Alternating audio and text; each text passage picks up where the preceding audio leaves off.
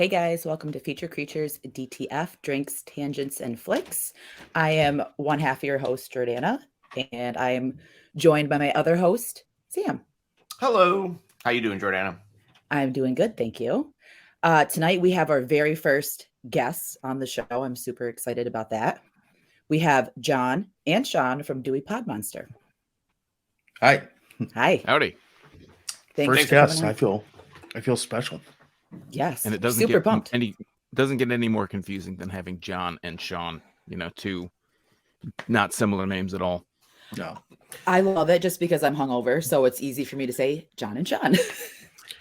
I love so before we started recording, I love that we all found out that 3 of the 4 of us are hungover, and one of us is mildly ill.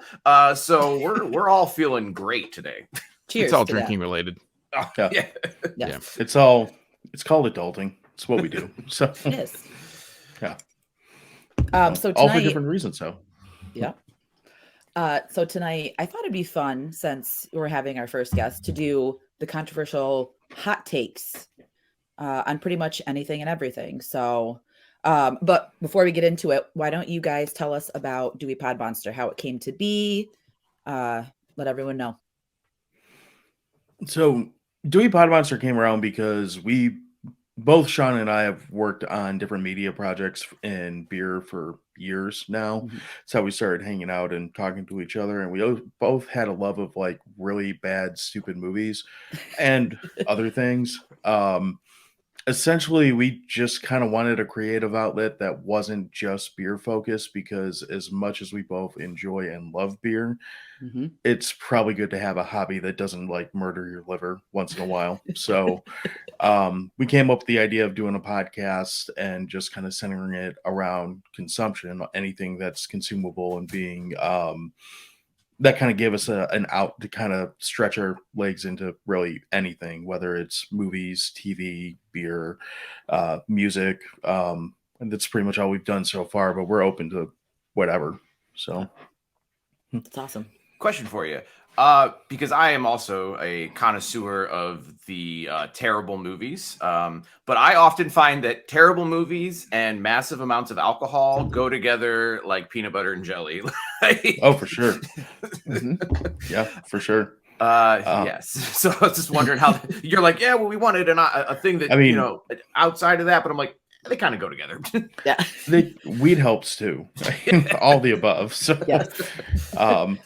And the good thing about terrible movies is they're terrible, but they're fun. Like you get a whole different experience than what you get going to see, like, I don't know, Captain America or something. Like there's most formula that you have to sit through, and you have to get through so much like effects and all that in a AAA blockbuster, where it's kind of more entertaining to see 3 schmucks who take a camera out in the woods and pretend they're killing each other for an hour and a half or something like that. So Totally agree. Agree. And when they actually pull it off, and it's actually, you're like, that was pretty good. You're like way more impressed, like than you are like if Steven Spielberg makes a good movie, because you're like, of course he's gonna make a good movie. Like, well, yeah, Right.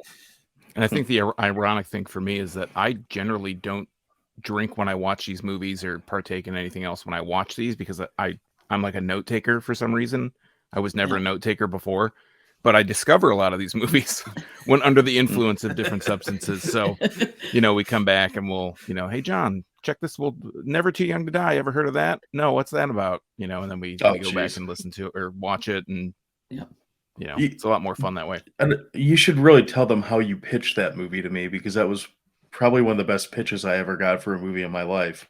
I think the general premise of it, if I can remember, because there's a lot of drinking that's happened in between then and now, is John Stamos, a gymnast, becomes a super spy taking after his father, and his nemesis is Gene Simmons, who plays a hermaphroditic, and that's the term that they use in the movie, hermaphroditic rock star named Velvet Von Ragnar, and he actually plays a couple different parts. So he has, wigs and makeup, and nobody knows it's the same person. Yeah, no one. The title Not of this even is Gene Simmons. The title of this is Never Too Young to Die. I know. I'm writing that down too. I am searching for this immediately tonight. Yeah, and it's on all over Tubi. It's free. You can stream it for free online. So that's the beauty of all of it. God bless Shameless. Tubi. shameless self plug. If you want a companion to go with it, it was the first movie we did for Crummy Movie March. So Amazing. Adding that to Yes. the list. Yeah, that sounds awesome. Like I love just crazy movies like that you find like what was like Jim Cotta. Have you guys ever seen that one? Like, Oh yeah. oh yeah. So it's just, Why would a medieval European village have a pommel horse in the middle of their town? oh, So you can kick ass with it, of course. absolutely. I mean, I started watching Night of the Bums right before we were on here, so I'm only about Nice. halfway through it, but that might be enough at the same time. Maybe you've gotten enough out of it. Yeah. Giordano, this is your concept for the show. Yes. So what did you want to talk about today? So I think, doing the hot takes, we could just go around and we can kind of bring up the topic and discuss it. Do you want me to go first? I think I do, because this is your idea, and because inherently this means that we're going to probably piss each other off. So I want you to take the first bullet. So Okay, go I right can. ahead. And it's going to be, I know this is going to strike up a lot of conversation, so I'm excited to say it. But so after watching the end trilogy of Halloween by David Gordon Green, I kind of sat back and reflected on every single timeline, everything that has to do with Halloween. And my hot take is I would rather see a John timeline from H2O over like a Jamie one, because I know a lot of people are saying that if it gets rebooted or something happens again with it, they want to see Jamie. I want John. Like, I'm more interested in like what happened with him, because I kind of want Laurie out of the picture. So I mean, I don't know if it's she's kind of aged out of it by this point. So yeah. I just felt like H2O was like a cohesive timeline. Like looking back as a whole, I love 1, 2, H2O. Like, I think that's the perfect trilogy. And I really didn't mind Josh Hartnett being John. he was fine. He was fine. I actually just had a flashback. Somewhere around beer 12 last night, I actually put H2O on, and I watched about half of it. And then I believe at one point my fiance came in and she's like, what are you watching? Like Halloween H2O? She's like, this is a piece of shit. And I was like, I thought this was a good one, but it's not making any fucking sense right now. Could have been the beer, could have been the movie. I don't know. But I was like, I think I'm done with this one. I actually think H2O is one of the stronger movies in the franchise. I think people confuse it with Resurrection a lot, which is kind of funny. Rhymes, right? Well, it's hard to beat Busta Rhymes karate against Michael Myers. I mean, it's epic. I would watch another one of those. I don't care what anyone says. I would too. And I actually think the idea for Resurrection was a little ahead of its time. I think if they were to do that as a single standalone film now, almost do it as like a found footage type thing, but throw Michael Myers in there, it'd probably do just fine. Oh yeah. But I'd be fine with I have a feeling whatever they do with Halloween next, if it were me and it's not me, for better or worse, I would like lean heavy into Halloween 3 and reboot that, because that's a whole different timeline that it's like people have come around to it now, but for so long people just shat on it. And I thought, Jordan, I know you and I have disagreed about Halloween Ends like endlessly since it came out, but I really thought that that's what they were going to do with that movie, is kind of spin it into the next thing where you could let Michael take a nap for 10 years or whatever and do 2 or 3 movies just off Silver Shamrock, which is what I would want to see. Yeah. But I wouldn't be mad if they went off the H2O timeline at all. So I completely agree. I thought it was going that way too. I know everyone here has seen it. So when I saw that font, I'm like, we're going to get some sort of something. Yeah. So. Well, and everyone shits on Corey, and that's fine. Like, but if you wanted to find a way to kind of tie it together, Silver Shamrock would make more sense than what they did. Because once you go down that path, like, all doors are open. You can do whatever the hell you want. And that's obviously not what they did. And it, made most of us mad, but I don't know, half the room liked it. So I truly disliked kills. So I was like, I was like hoping against hope. I'm like, please go Silver Shamrock in 3. Like, just let's let's just go fucking nuts with it. And like this, and again, I'm on the side that I did not enjoy ends. I enjoyed ends less than I enjoyed kills, and I really didn't enjoy kills, so did not have a good time. Yeah. I don't know. Kills is one of my favorite lines in the entire franchise, though. With What's that line? It's got Tommy like climbing over people and screaming "excuse me" while screaming "Evil Dies Tonight" at the same time in the middle of a hospital. I mean, that whole movie is kind of ridiculous, but his saying "excuse me" as he tramples someone and then proceeds to "Evil Dies Tonight" is just, that is chef's kiss for me. So Yeah. Sean, did you like ends? I did. Like, I don't have a lot of preconceived notions about what I want Halloween to be.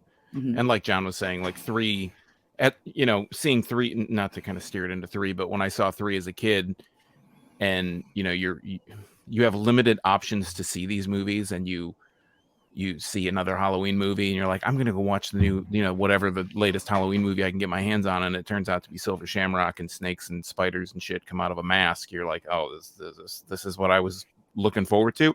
Right. But putting it, watching it with adult eyes, it's a lot better, and it would have been really interesting for them to do with ends, to like John was saying, to kind of open the door, spin it off, and do something, kind of give Michael a little bit of a break. But I didn't have a problem with it. I kind of liked the twist of having the 2 killers, Corey basically being like the apprentice to Michael.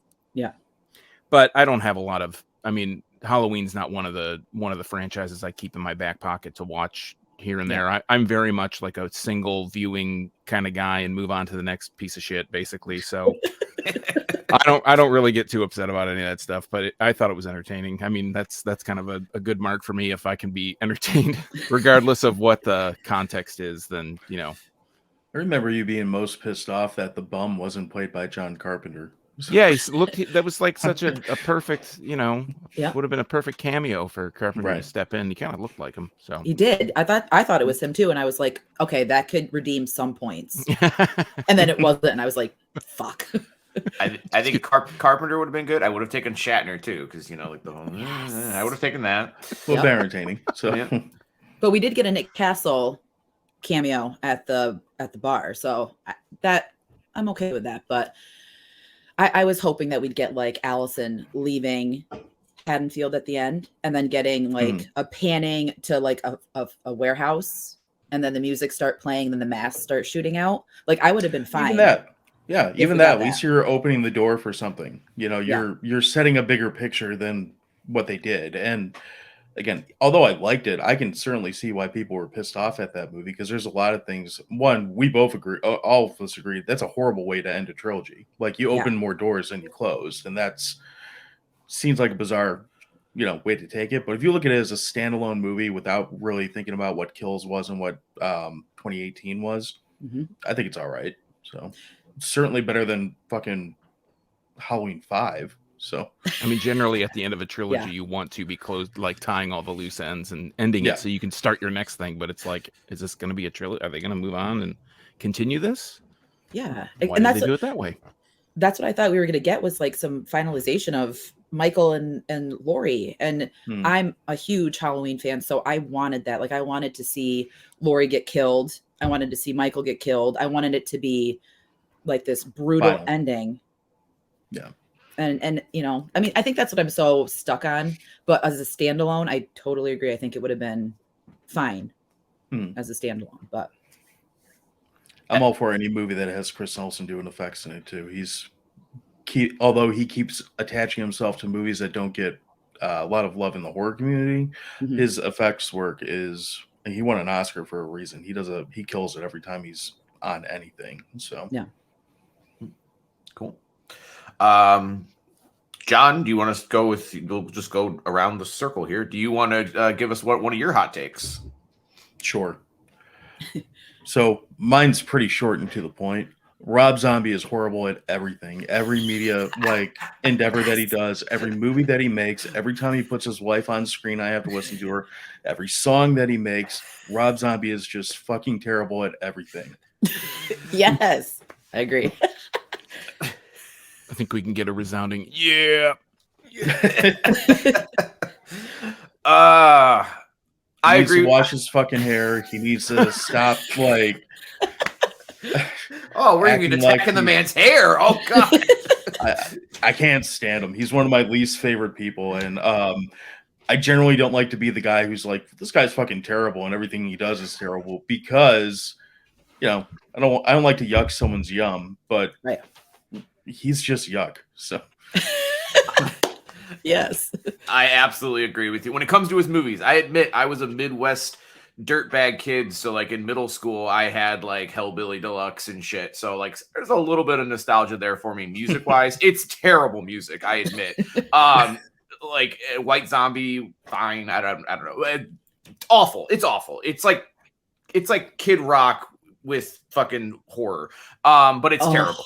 But the movies, I'll be honest with you, I know people get excited, and like it was right around the time that 31 came out and people were talking about it, and I was like, this is the dumbest like not even fun. This is the dumbest fucking movie I've ever seen in my life. Yep. So I'm with you on the movies. I hate Rob Zombie's movies. Has anybody ended up seeing The Munsters? I was gonna try to subject myself to it and I couldn't do it. So No. The last thing I watched of his was it 3 from Hell? The last of that trilogy or whatever. Mm-hmm. And it is. It's fucking awful. And if he's gonna have a movie that's like his best movie, it's probably The Devil's Rejects. That's of the ones that he's done, that's probably the one that is like the most watchable. I'm not gonna call it enjoyable, but this just like it's like, well, I did some things sort of right. Could I get better? Sure, but I'd rather just fucking give Sherry Moon Zombie more time and just I wonder how much better he could be if he just hired a writer for any of his movies. Like that there would be a starting point. But it doesn't seem like he's got any interest in doing that. And if he didn't hire his wife for every movie, that's a big reason I can't watch The Munsters. I'm like, I just don't want to see her badly act for an hour and a half in something that looks like if it physically looks like shit, and I don't need her to attack my eardrums as well. Like I just oh god, I don't even necessarily have a problem with her putting her in his movies, because I mean they're married, and I guess if I was a filmmaker and my wife wanted to act, I'd probably do the same thing. I can respect that. I mean, and he's certainly not the first director to use the same stable of actors for like every fucking movie they do. Yeah. But you should be bright enough to say she's kind of the worst thing in every single movie that I make. Maybe we should just, I don't know, have her be like restaurant clerk or something as opposed to lead role. So I agree. Speaking of clerks, do it like the Kevin Smith model where his wife's in it, but she's like a bit part. Yeah. Or how many movies did what's her face from when she was married to Carpenter? She had just like a bit role in half his movies for Deborah a while Hill. there. Yeah. And it's funny that you say that, because someone on TikTok was talking about like defending Rob Zombie, saying, well, John Carpenter used like these whole bunch, these actors over and over, and it's like, but they were good. Like it worked. Like Jamie Lee Curtis in The Fog, Halloween, like it worked. So this doesn't. And to your point, John, like I wouldn't want my husband to spruce me up if I sucked. I'd want him to be like, honey, why don't you sit this one out? Like I wouldn't want to embarrass myself or my husband's movies if I was bad. At a certain point, doesn't it just become like the vanity becomes so clear to see that I think the audience just starts to not give a fuck anymore. Right. I'm brought to mind, not that I enjoy her movies, but they basically say Melissa McCarthy is cannibalizing her own career, because everything she does now, she has to involve her unfunny fucking husband as like the main character. Even in her commercials for like Priceline or whatever, like he's in those, and it's like every movie that he's in with her like fucking bombs and like is terrible, and she's just like, nope, I'm gonna fucking keep going, me and my hubby all the way. And it's like, don't you like making fucking money? I don't get it, but whatever. Yeah. Like, doesn't he direct or produce or something like that on all her films too? He does. He's involved in the creative as well. Yeah. So yeah, I don't know him as well. I the only thing I can think of him in was Bridesmaids, but yeah, it's just not that I want to give Kevin Smith praise, but at least he's figured out that his wife sucks at acting. He like has her on screen for 2 minutes, and then he goes on to, you know, abort the rest of his movies into some other pile of garbage. So aside from Tusk was entertaining. So Yeah, like Tusk was awesome. I'm a huge Kevin Smith fan, but I can understand the hatred because I'm starting to get there with his most recent stuff. Oh, Clerks! We've been putting off a Clerks 3 episode because we both don't want to watch it again. So I haven't even watched it yet because I'm so afraid to, because he's gone off the fucking deep end. Like, I think his last movie that was worth, I didn't like Tusk, to be honest, but interesting. There's stuff there. The last movie that he made that I actually enjoyed was Red State, and I'm like, that was like how many years ago? Like 15 years ago now. Yeah. And he's making a sequel for some reason. So is he just going to make the same movie again like he has with Jane, Silent Bob and Clerks? And if you watch, not to spoil Clerks too much for you, but if you listen to anything that he does, because he talks constantly, it's the same fucking movie as his podcast. Or if you've heard his heart attack story, that's what this movie is. Oh, so great. Yes. Yeah. That sounds like what I was hoping for in a Clerks sequel. Exactly. Did you guys watch Yoga Hosers? I did. And Did you like that one? Didn't like that one? I liked some of the, so at the time when it came out, I was listening to 2 of his podcasts on a regular basis. So I liked all the inside jokes from that. Yeah. But by the end of it, when the little sausage demon guys came out, I'm like, all right, I'm either too drunk or not drunk. And either way, this isn't working. Like I can't do this. So back to the nepotism there, though. I will say Kevin Smith is smart enough to know that about his wife, about Jen. I don't think he's smart enough to know it about his daughter, because his daughter is not a good actress, and yet she got to be the lead role in his fucking movie, and now pops up in every one of his fucking movies. And I'm sorry, she is not good. Like she's fine in Once Upon a Time in Hollywood, but she doesn't talk in that movie. That says a lot. So No. She needs to be a mute, is what we're saying. All right. Right. Noted. Sean, I believe that would bring us to you. What's one of your hot takes? Oh, I wasn't prepared. The only, like, one of the things really short, like, we talk about this and John knows I don't know, I can't even say love, hate, just hate. Like, do clowns have a spot in the modern landscape? Do clowns, like, should they be in movie? Like, does anybody give a shit about a clown? Is there anybody that is of age that knows what the fuck a clown does besides be scary in a movie? Like, when have you gone someplace? I haven't even seen a clown at a kid's party.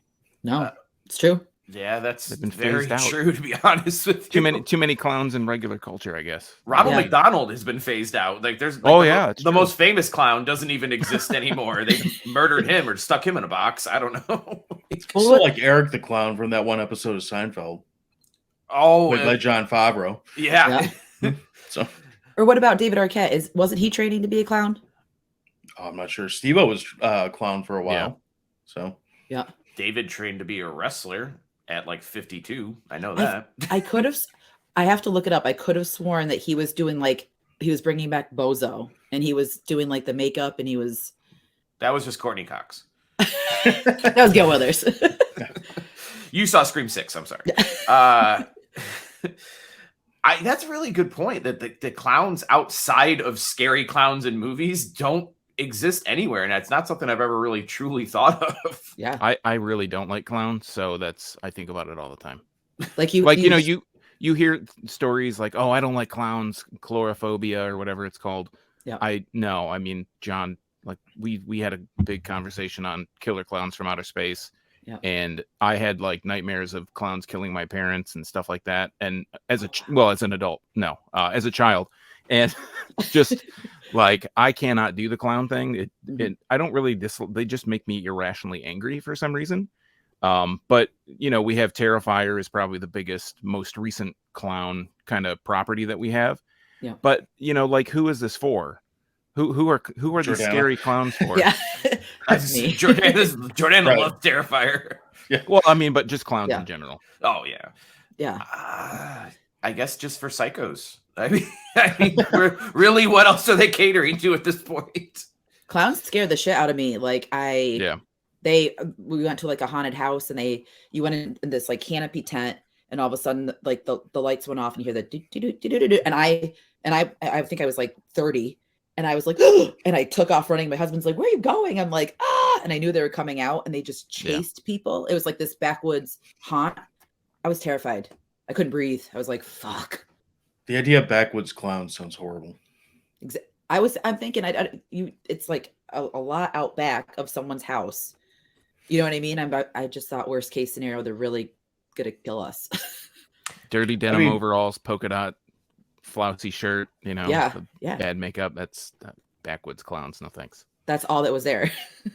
And I mean, the only other thing besides killer clowns in movies I can think, do you remember was this like 5 or 6 years ago when like it was like a nationwide epidemic of like, I'm guessing just weirdos who were walking around towns dressed as clowns, like just that was right at the beginning. That was right at the beginning of COVID. Was it? Okay, yeah. Yeah, because it made the news. I was like, oh, great. Like, I can't go outside, and if I do go outside, there's going to be a fucking clown out there that I'm going to have to fight. So, yeah. One other reason not to go outside. Right. Yeah. And then I recently, because I was just drunk watching YouTube last night, and like that there's someone was talking about like how a person got killed because they dressed up as a clown and chased some guy down with a knife as a quote unquote prank for YouTube, and the guy had a gun and he just bam like shot the dude, and I was like, well, you can't. I wonder. You got to know that's happened more than once. Maybe not as a clown, but a prank where someone just got shot because they didn't think like maybe this guy I'm pranking has a pistol. So yeah, it sounds like Sean would not have a problem taking that clown out. There was like a story about a prankster in a mall or something that got shot. Yeah, I don't remember what the context was, but that just happened. That's actually I was watching a video about that when they brought up the clown one from before. So I think that I'm surprised more of these don't happen, to be honest. Yeah, that you don't hear about it every day. I jumped out of a garbage can and got shot in the stomach. Weird correlation. I think that it's crazy that isn't clown. I believe it's like one of the top 5 like fears like that people have.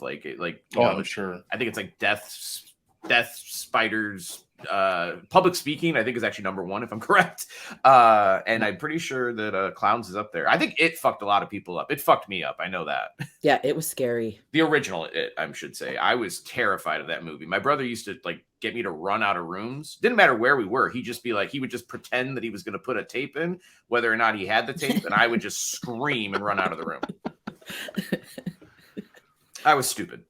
Well, I just watched a whole like 2-hour documentary about the making of that ABC miniseries 2-part thing. Is that the Pennywise one? Yeah. I saw that at the store. I didn't grab it. Was it good? It was pretty interesting. Yeah, I mean, it's like solely surrounding the miniseries itself. So if you're a fan of the miniseries, it's almost like a completionist kind of thing. But yeah, and surprisingly, as much as I hate clowns, I would it's a documentary. I gotta watch it. Regardless of what it's about. Yep. We use a Plex server for all the shows we do. And when I saw that pop up on that server, I was like, really? Okay. So I'm a man of many interests. Yeah. All right, Sam, what you got? All right. I'm gonna go for a big one here. I think that the Hellraiser franchise sucks. I have not liked the only one I have enjoyed actually is the remake, and even that I moderately enjoyed. I have never enjoyed the Hellraiser franchise. To me, it has always been extremely convoluted at best at making any sort of sense. I think the imagery that Clive Barker used is what gets it by, and that honestly, I think just people are like, hey, S&M, that's cool. Like, I don't know. Genuinely, I just feel like as a narrative, maybe because Frank's the villain in 1, and there's some semblance of a story there. But beyond that, I think the whole franchise is a disaster. And now I'm going to cower because I feel like people love this franchise. I've only seen the most recent one. That's the only one I've ever even seen. Ooh. Oh, wow. Okay. All right. Yeah. I've seen up to like 4, and I feel like I should have kept watching because I know they made like 12 of them, and they get pretty bad. Yeah. Like really bad, but I just didn't care. So I've seen 1 through 3, and I I don't mind them. Like I'll watch it, but it's not like it's a top franchise. Like I enjoyed the first one, but I can see it. I can see where people don't like it or it doesn't make, you know what I mean? Like it's not appealing. I get it. I feel like at this point, all those character designs are just so edgelord, you know, shock value. Oh, look at that thing. It's got the pins all over its head. I mean, that's, you know, look at that thing. It's got a vagina on its kneecap. Like, really? Is this where we're going with this? We can't do any better than this, you know? 100%. I'm shocked. I thought there would be more defenders. I just feel like when you watch them, like even as a kid, and like I was like, maybe as a kid, I was like, maybe I'll understand this when I'm older. And then like I go back as an adult and I'm like, this maybe makes less sense now. Like I don't even understand what's happening. Like, and like to take like help Pinhead or the priest or whatever the fuck his name is, was only in the first movie for like collectively like 4 minutes. So then to be like, okay, now the next movie, he's going to be in it for an hour and a half. It's like, what the fuck are you talking about? Like, that doesn't make any sense. It just seems weird. Like he doesn't fit, I feel like, as like a Michael or a Jason or a Freddy. Like he just doesn't fit for me in that. I don't know what's different about him. He talks too fucking much. I think so. Yes. He's that evil. And I feel like because you're like, well, you had to fucking open the box and you had to really go through some steps to get to him. I'm like, yeah, you kind of fucking deserve to get it. It's not like I don't feel bad for you. Like I feel worse for the horny teenager who just wanted to fuck and smoke weed. And then, you know, like I can relate to that. But that's my thoughts.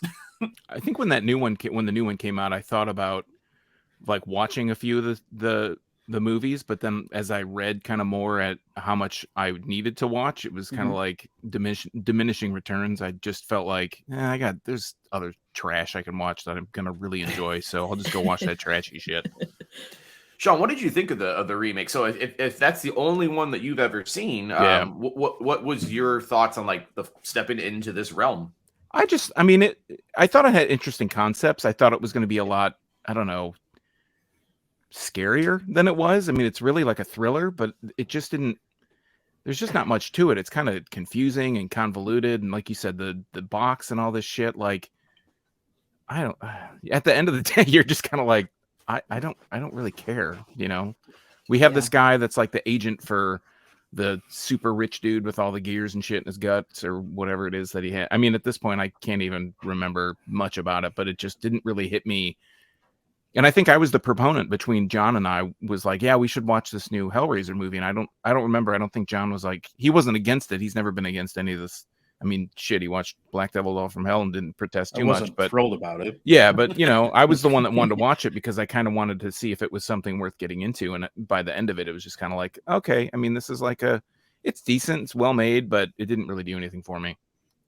I thought Jamie Clayton was pretty good, and as Pinhead or whatever, I thought she was good. Especially considering, for lack of better wording, the shoes that she had to fill. I thought she was great, and just the like hate that she got before that movie even fucking came out. I was like, I hope this is the biggest thing in horror for the next like 5 years, just to piss off all you fucking like assholes that are mad that she's trans or whatever. So and I'm not like a super fan. One of our friends, you guys might know her as well, Lonely Horror. If you know her, she's whatever. She loves Hellraiser, and she was telling me that she's like, well, and she loves the book too. Something Heart, I don't remember what it's called, but I guess the book is pretty like super homoerotic. So. Yeah, well, she said all of the Cenobites in the book are actually supposed to be presented as like gender neutral, like they're just. And I'm like, so what's the fucking issue here? Like, I didn't understand why people were so angry. Well, I know why they're angry because they're assholes. But but all in all, I will say, I just to end my point, I actually think the remake is the best version of Hellraiser, and even then, I'm still like C+.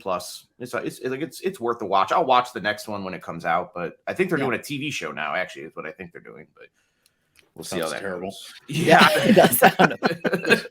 Are they going to have Hulu's branding all over it again? Because I thought that was really funny. Every time they put the Hellraiser logo up. They had Hulu in neon green letters right They'll under. show it on freestyle. Yeah. Right. I don't really think it'll work as a TV show. This is okay. We have tangents in our title here. What do you guys think? Because me and Jordan have talked about this. The fact that now it seems like studios are like focusing more on like everything needs to be a series, and like I feel like they're focusing less on just making a good hour and a half long movie, and they're like, no, 10 episodes. You know, you got to watch all that. What do you guys think about that? We talked about this just recently in our Last of Us episode because they trimmed down how many episodes they put in that show because they couldn't fill. I think they started with 10, but even with that, they still had 2 episodes that were kind of throwaway episodes. I really like when TV is willing to say, we have 8 episodes of content, so we're doing 8 episodes. I don't care that you ordered 10. Yeah. But as far as like the need for one or the other, I mean, we're in a different age of TV now where people can get away with a lot more, do a lot more with it because it doesn't seem like the rating system is quite the same. Mhm. So I think it's cool that people are going to go in and start exploring that. On the other hand, I really like things that are an hour and a half or less, and I can just forget about after that. So I do miss the short to the point, like in and out movie, even like outside of horror. Like, when's the last time you just went and saw like an hour and a half long comedy movie that had no attachment to anything else? Right. Well, like last night when I went to see Mario Brothers, that it was super short, but I'm glad that they didn't drag it out, and it was almost 2 hours, and they have like all this weird shit. It was to the point, it was funny, and it was done. And I'm like, even for like a kid, for an adult, like perfect. Yeah. And they need to go back to that because, well, to your point too, John, when's the last time we've seen a good comedy? Yeah, that too. So, I feel like I'm a proponent of take as long as it takes to tell the story, but make sure it's a good story.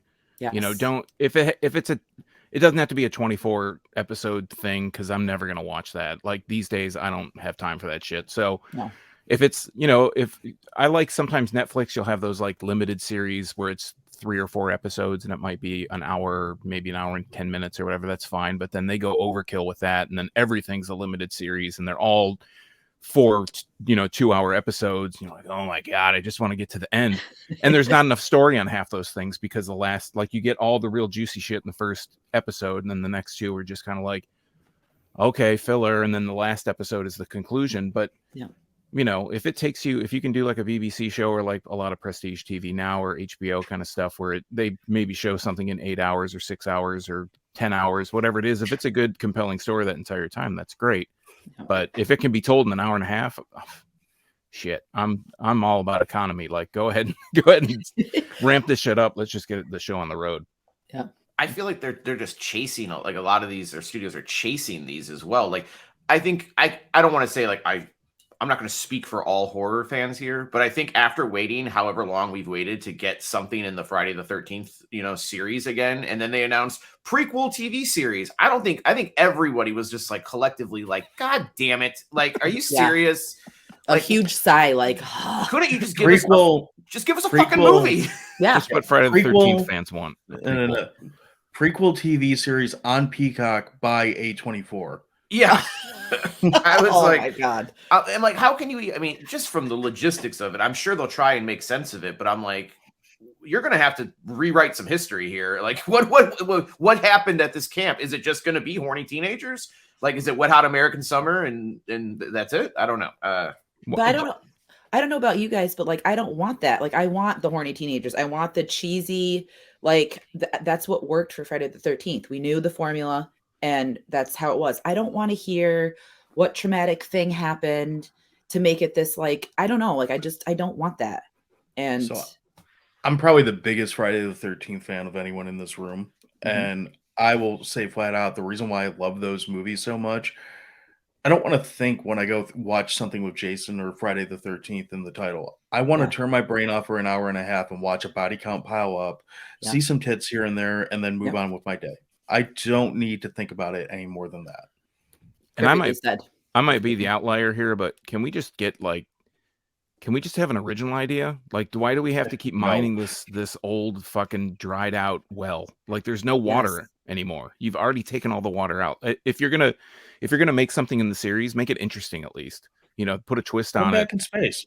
Yeah, sure, why not? Space I- station. Space. I something. immediately went through time travel. Let's let's time travel. Yeah, I agree. Jason so- in Rome would be kind of fun. Sequelized, prequelized, superhero shit constantly. Just move on. Let's come up with some new stories. Even if it's not great, at least have a new story, have a new perspective, have a new something that we can Yeah. get behind. We've been talking about that for so long. There's been like no originality at all. And it's just so upsetting because I feel like I've had conversations with people about just like small things. And I'm like, why can't this be something? Mhm. So I get it. 100%. I did just watch 65, and I got to say that's the most original concept I've ever seen. Is that with Adam Driver? Yeah. Was it good? That depends on actually your definition of good. I'm interested how he answers because I saw that on there Yeah, today. I was like, I had to is watch this it. I had to watch Yeah. it. Yeah. Because I was kind of, I think that they had a Super Bowl ad or something, and I was really kind of like, okay, well, Adam Driver's generally a very good actor. He does, he's never in a, I mean, I can't say he's never in a bad movie, but he doesn't put a bad performance out. And it was just kind of like, I don't know. I felt like the whole twist of the thing was not knowing for me, because I don't watch trailers or anything. For me, it was like, oh, it's on Earth. It's like I'm speaking to me and Jordana talk about this. She watches a bunch of trailers, I feel like, and I watch no trailers. So I'm happy to see another person like me. No, because I've been telling you since I started talking to you, like, you got to stop watching trailers or you're ruining the movie for yourself. Yeah. they're giving out everything of the movie. But so I didn't know it was on Earth until I had heard, through the grapevine or through just discourse that it was on Earth 65 million years ago. So yeah, 65. That's pretty clever. But I mean, it's basically like Wait, going in, what did you think the title meant? I had no idea. Okay, I was just curious. It's the 65th movie Adam Driver's been. Yeah. Crazy. I like it. You're just like 65. Cool, man. All right, let's go. Got dinosaurs and some guns and stuff. That's cool. I like sci-fi shit. That's awesome. I like it. But yeah, then the kind of story very quickly becomes, again, I don't, it becomes like a boy and his dog, right? Like it's a man and his companion. I don't want to spoil it. I don't know how much is out there because I don't watch trailers, so I don't know what the fuck they said in the trailer. But so it just becomes like a rescue mission kind of thing. So it was okay, but I wouldn't. I'm not sad that I didn't pay for it. Oops, was I supposed to say that? Get him. Yeah. And fair enough. Just to add into the trailer point, I used to love trailers because I'm showing my age, but back in the day, we didn't get a 5-minute fucking commercial. The trailer that showed every part of the movie like they do now. Like they need to go back to the old days where they would just do the title, the dude with the deep voice, pieces. You know what I mean? In a world. Yes. Do that and just leave it for the imagination because way too much now. Do you like when they would do trailers where what's in the trailer is not even in the final cut of the movie? Yes. That was fine. Yeah. I like that. Gives you a general idea. Yeah. And then you could decide, hey, I'm into it. Maybe I'll go see. It's like that intrigue that would, I think, bring you to the movie. And now it's just like, here, let me just show you the whole goddamn thing. Yeah. And here's the funny part. Here's the sad part. Yep. I mean, I remember back in the day going. Yeah, exactly. Here, this is the plot point. This is the end. Yep. Back in the day, like going on Apple.com and spending an hour to download a 30-second trailer. It was like a big event. Oh my God, you see the new trailer for, I don't know, some movie? Chaplin? Did you see the trailer for Chaplin? Like, no. Yeah, you got to go on Apple.com and see it. It's like, okay. And then your 56K modem and you take, it takes all night for you to download the 3 seconds of the trailer in some blocky ass pixel shit. And you're like, man, I really want to see Chaplin now. And now, like you said, the movie's just kind of totally ruined. And you set your expectation on that. I do. Like that's why I don't watch them, is because I set my expectation on the trailer being, oh, this looks great. Mm-hmm. And then you go in it and you learn, after a while that all the funny jokes are in the trailer. The ending most of the time is in the trailer. You can just watch the trailer like, oh, thanks for boiling this down to 3 minutes for me. Now I don't have to see the movie. Yeah, and charging me $15 to Yeah. sit and watch it. Like, no. So, I'm a big proponent of what John said, like where they make a trailer specifically to be a trailer. Like to tie it back to what we talked about earlier in my shitty Midwest music taste as a middle schooler. I remember watching the trailer for House of a Thousand Corpses, which I think it was just like a dude digging a grave, or maybe he's digging something with a pickaxe, just really spooky imagery. I think there's like a body like in a bag or something, and then it was just like House of a Thousand Corpses coming, and like my little fucking 12-year-old, you know, Marilyn Manson mind like exploded. And then I, you know, unfortunately saw the movie and he turned someone into a fish, and I was like, well, okay, well. but like like that trailer sold me on it. I was just very simple, and I kind of wish they would make trailers like that because I would watch those. yeah. That's the thing, though. Like, I go back to this a lot. I've had this conversation with several people in regard tying back to Halloween Ends again.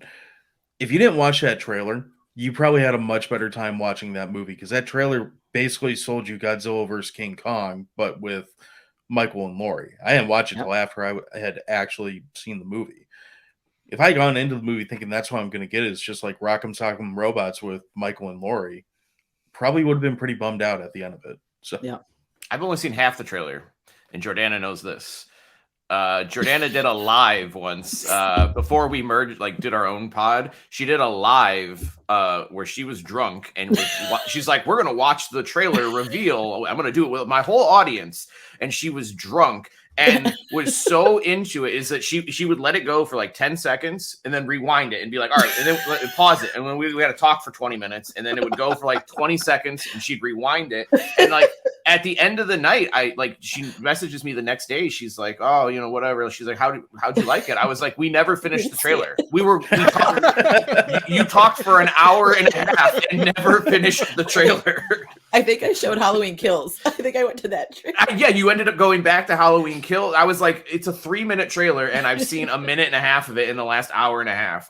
So I had a rough night. Okay, That's genius. That's that how you message, tease the audience. I can still see. He's like, you didn't finish it, and I was dying. I'm like, oh my god. Oh, I'm horrible. I'm kind of bummed I missed that one. I'm kind of glad you did. Oh, it was a great one. It was. I mean, that's when I think I was like, all right, we get along here. We get along pretty well. You get me. Jordana, I think that's gonna bring us to you for your second hot take. Okay, so this kind of like ties into this one just because we talked about it, but this is I'm gonna say it. I prefer The Burning over the original Friday the 13th. I think The Burning is like with Cropsey. I just because I just watched it like not too long ago, and I loved it, and I thought it was so much more going on, and I don't know. That's my hot take. I haven't watched The Burning in so long, but I'm fine with that because, frankly, Friday the 13th is about as square in the middle of that. The first one is about as square in the middle of that franchise as you can do it. Like, it's not the worst of the franchise by any stretch, but No, it's definitely not the strongest one that came out of it.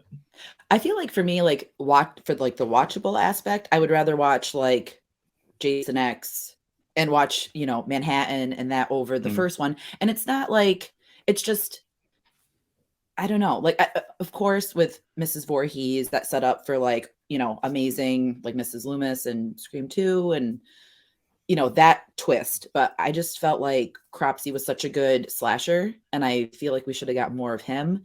And like the summer camp essence and the killings. I don't know. The backstory. I like it. Yeah, I'm not going to argue with you on that one. Sorry. I know I was like, shit, but have you guys seen The Burning, Sean and Sam? Nope. I have not. Oh, I have. Yeah. And I've recently, when you first pitched that idea that you thought it was better than Friday the 13th, Mm-hmm. I at first had like a visceral reaction. I was like, what? Are you kidding me? And then I was like, kind of did the math in my head, I was like, no, they're kind of on par with one another. At least the part one. This is the second episode that I wish I had my script that I have for the original Friday the 13th. I have one of the original, like a copy of it, of like the original drafts of the Friday the 13th, and it's such a poorly written, shitty fucking script that was just written by an old pervert. Every other line is like her long, supple legs, and I'm like, oh god, Oh god. So I wish I brought it upstairs and I would read you guys a passage just because it's ridiculous. But I think that's a fair take. And Jordana, you've pitched that you think The Burning, if you could remake one movie in Hollywood, you said The Burning would be it. And I think it would be. Why not? Like, that's a prime movie that a lot of people don't even know. So why not remake it? I feel like The Burning and Season of the Witch, H3, would be amazing remakes, and I don't know why anyone hasn't like scooped that up, because that would be like my remake instead of doing the remakes that we're getting, the reboots. Jason Blum just heard you whisper that into existence, so don't worry. I would go after that motherfucker. Or the Prowler, even. Like, was it Jason Blum or Michael Blum? Jason Blum. Jason Blum, Michael Blum is fucking Lex Luthor. Never mind. I wouldn't mind seeing a remake of Maniac, but yeah. I mean, you'd have to find someone to keep up with Sweeney's effects, but that hasn't stopped other remakes of his. So didn't they remake it with Elijah Wood? Yeah, and they did it from his point of view. Yeah, I don't want that one. I'm gonna pretend that doesn't exist. Fair enough. Fair enough. I think the take on having it be from his point of view is like, I mean, I don't know. I'd have to watch it, but I just don't feel like it would fit in with Maniac, because Maniac's a classic. Yeah. So I don't know. That's just me. I'm with you, John. I think that'll bring us to you for another one of yours. All right. Well, I'm gonna stick on the Friday the 13th train then. Kane Hodder is not a good Jason Voorhees. Ooh. Oh, you've just pissed off so many people that heard this. Not me, because I don't care. But I'm here. Okay, John. Let's hear why. For it. So Kane Hodder is Jason in part 7. In part 8, which is fun, he's Jason in Jason Goes to Hell, and he's Jason in Jason X. So you have 3 of the more schlocky movies out of the series. Mm-hmm. That being said, Kane Hodder's Jason is not scary. He's past the point of being like intimidating. He's barely like in one piece by the end of most of these movies. Yeah. You know, I think Ted White is the gold standard of Jason actors personally, but Derek Mears did a way better job being an intimidating and crazy as hell Jason than Kane Hodder ever did. I got to agree with you. Yeah. I don't know why Kane Hodder is the one that fans seem to latch onto. Maybe just because he seems like a good guy, but I think he marketed himself very well. Is that if you ask a lot of people to name another Jason, they probably couldn't. But everybody knows Kane Hodder, and now they just associate Kane Hodder with Jason. And I would argue that the average person probably doesn't even know which movies he's in and isn't in. Right. I don't. there we go. Yeah, I couldn't tell you the difference.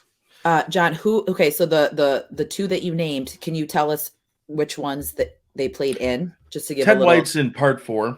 Okay. So he's the one who's kicking through doors and throwing people through windows and all that kind of good stuff. He just passed away recently too, didn't he? Yeah, around Christmas time. Yeah. Derek Mears is in the reboot, the one that came out in 2009, I think it was. Yeah. Started with Sackhead, turned into Underground Tunnel Jason, which for all intents and purposes, that movie did more good than it did bad. That's actually, as far as reboots go, it's actually a really solid reboot. If you're going to reboot Friday the 13th, thank you. I don't need to totally hear the whole Pamela story again. You're just going right to Jason killing teenagers. And that's really all I wanted out of it. Yep. You could have taken 10 minutes out of him like, oh, this is how he just pops up behind you. I'm like, I don't really care how. I just want him to do it. So, yeah. The other one, I can't remember who it was, but he's played pretty well in who actually played him in part 2. I'd say he's another one who played the character well, even though he's Sackhead Jason in that he looks kind of goofy. So, yeah. I like the guy that played Jason in part 3 because I love Mhm. part 3. Part 3's behind part 4 for my favorite because it's so fucking goofy. Yeah. So it's my comfort movie. It's my movie I put on when I don't know what I want to watch, but I want to see a lot of people get like butchered. Yeah. So, Comfort. yeah. Yes. Sean, I think that's going to bring us to you. Oh my god. I'm like thinking this whole time. Like, The gears what are am I gonna turning. say? Oh yeah. Oh Jesus Christ. You don't even know. I'm gonna put the gauntlet down on this. There are no B movies after the year 2010. There's no such thing as a B movie anymore. And that's bullshit. We need them back. Oh, okay. We- Yeah, no, I agree. Yeah, for we sure. need- The way that came out, Jordana, it seemed like you were like, "All right, motherfucker." But yeah, I mean, I think that with the proliferation of all these streaming services and movies just come out, and anybody can make a movie these days. I could make a movie. It'd be awful, but I could make a movie. Any one of us could make a movie and distribute it.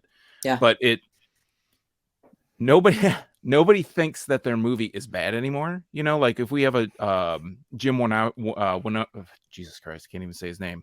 The dude that made like Wynorski or yeah, I think yes, The Quiet Wynorski. Place? No, Oh. that's what's his face? Chopping Jim Halpert. Mall. Yeah, Oh, okay. Deathstalker 2. All those B movies from the 80s, 90s. Yeah. Now, because anybody can make a movie, it's like they don't have to jump through these hoops to get the funding, to get the distribution, because distribution is all online. And I think that's probably more where I'm going with it, is that, we see movies like a recent really bad movie that I watched just a minute of that John mentioned the other day to me was Sharkula. And that is like, that's like bottom of the barrel movie that I've seen recently. And I don't even know what year that came out. Did you get to it? Came out last year. Did you get to the theme song though? Yes, I watched it totally just to get the theme song and pull it out of it, and that was the best part of the movie from what I even saw. Man, But I want to watch it's on Tubi. On Tubi. that. I do.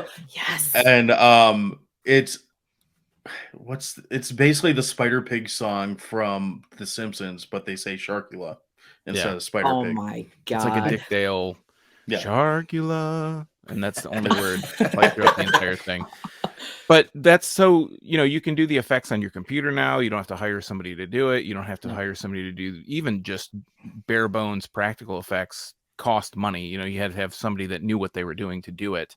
Yep. And now, without having, like I said, not having to jump through those hoops with distribution, just put it online, put it on YouTube, put it on Dailymotion, put it on any kind of digital distribution service, and kind of killed B movies, because now they're like Z to A- movies are all the same thing. If it's not a wide release, I mean, even big releases are being released within a month on home streaming services. Yep. So it's kind of killed that kind of auteur people who make schlocky shit on purpose. I would agree with you on that. We had that conversation about fan films and how I just fell into like a rabbit hole of them, and a lot of those can't have a budget. They somehow manage to get actual actors here and there in them, but I've seen, and again, sticking with the Friday the 13th thing, like 5 Friday the 13th fan films in the last 2 years that all look better than quite a few movies that we've watched for our show, let alone that have like gotten actual funding to be made. So I feel like the closest that comes to like something that feels like a B movie now is oh my god, is it Whole House? Whole House, I think, is that does it, like Roger Corman's team and whatnot. Like god, they recently made like I had to buy it just on the name alone. Attack of the 50-Foot Cam Girl. it's bad. It's bad. It's bad. I own it on Blu-ray. Trust me, I'm aware of how bad it is. And then, like, very disappointed in that movie for several reasons. They made a sequel as well, and changed the name of it, which is a fucking weird choice. So nobody knew it was a sequel. But like those movies and like Evil Bong and all those movies that like they're making, like they still kind of have. How many of those feel. Do they have? There's like, it seems like there's like 30 of those. They supposedly released the last one, like they ended it during COVID.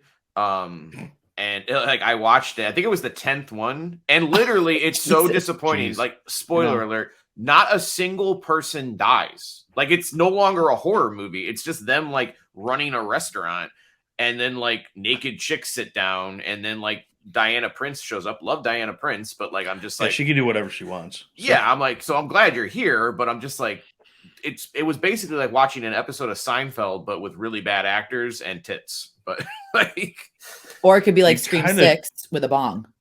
yeah. You kind No of one just died. sold me. So Well, that's the only that studio. I don't know if it's Whole House or if it's Corman Studio, but whatever. It would, you guys, listeners, Google it. You'll figure it out. But like that studio is the closest I feel to B movies, but it almost feels like you said. Like, it feels like intentional though. It doesn't feel like you said, like they were scraping together every dollar they could to get distribution and everything. Now they're just they have their own service, so they can shoot it on a fucking iPhone and it'll be up on the digital service tomorrow. So. I think of things like and this is kind of old, but things like Birdemic, right? When Birdemic came out, that's intentionally awful. Yeah. And Well, is it because the director thought it was good? I don't see. Maybe that's my next hot take. I don't believe that guy. Like he has to know. Like it's like the last one I can think of that probably thought they were making something good was like Tommy Wiseau, right, with The Room. He thought he was making. Yes. He legitimately thought he was making a good movie. He marketed it as a drama, and then when everybody laughed at him, he was at least smart enough to like pivot on that and say, No. I totally no. We meant to make this really bad. And if you watch anything that he has done since then, it's intentionally bad, but it is extremely bad. It's like there's no redeeming quality to it. Yeah. he's got his Jaws take coming out though. Like this Big year. shark, big I shark. know. I can't wait. I'm pumped. I'm so excited. I just hope he voices the shark. I think that would be great. Oh, that would be amazing. Oh my Have God. you guys? So I don't like trailers, but this was a teaser that was put at the end of his movie Best Friends Fiends. I don't even know what to call that movie. It was a teaser for Big Shark like years ago, but they didn't have any money for like CGI or anything, so it's just like them in the middle of the street and someone like just throws a bucket of water and then they were reacting to this shark that isn't on screen. Oh, it was. If trailers were like that, I would watch them all the time. That's pretty much what Sharkula is. Oh well, great. Then I'll add that to the list. I'm doing it right now. I'm not even kidding. I want to watch it tonight. I've seen the There's poster for it. also Sharkenstein, but I haven't watched that one yet. So Oh my God. Is that on Tubi too? Of yes, course. it comes up didn't even after know you it. watch one. It automatically is like, you want to watch this next? I was like, kind of, but it's like 1 yeah. a.m. So Sharkenstein. That's awesome. Damn. All right. I'm gonna jump to my next one, which I think is probably my biggest one. So I don't know why I didn't lead with this. I think that the original Texas Chainsaw Massacre is overrated. I think the whole franchise is overrated. I also think that as well. I feel like I understand, like when I watched that movie, I understand that, like, okay, at the time it was big and it changed things, but overall, it's a fucking boring movie. Like, there's very little that actually happens. Like, Yeah. Most of it that happens is off camera anyway. Yeah. There's no fight at the end. Like, literally, the end of the movie is she jumps out a window, runs 20 feet down a road, and jumps in the back of a truck. Like, oh, like there's no fight. There's no comeuppance. Like, I just feel like it's Yeah. I think it was a college kid movie, and it feels like it. It feels like someone who didn't know what they were doing had a great fucking title, and it sold the whole franchise for the next 30 years. But I will argue that I think that the remake is with Jessica Biel is actually better than anything else in the entire franchise. No, I'm going to strong disagree with you there. It's all about Texas Chainsaw Massacre 2 and Chop Top and his Yes. acid trip chewing scenery. That's the gold standard for that franchise. Yeah. It's true. I love to. But even the remake, the 2022, I am like the 1% that loved that movie. And I think that one was enjoyable to watch. Because I don't understand what people think they're getting with the Texas Chainsaw remake. Like, it's going to be a stupid storyline. People are going to die. There's going to be lots of blood. I mean, after the remake, like, what were you expecting it was going to be? You're talking about the one last year? From Netflix, yeah. Yeah, I haven't watched that one yet, but I really like the reboot you were talking about, the Jessica Biel one, that was I still didn't like it that much, but I thought it was fine. It was a good horror movie for what it was. My problem with it is I just don't like this franchise that much. It's not, I mean, until you put them in space, I don't think I'm going to care. So. Oh, I would love that. Sean, what are your thoughts on the franchise?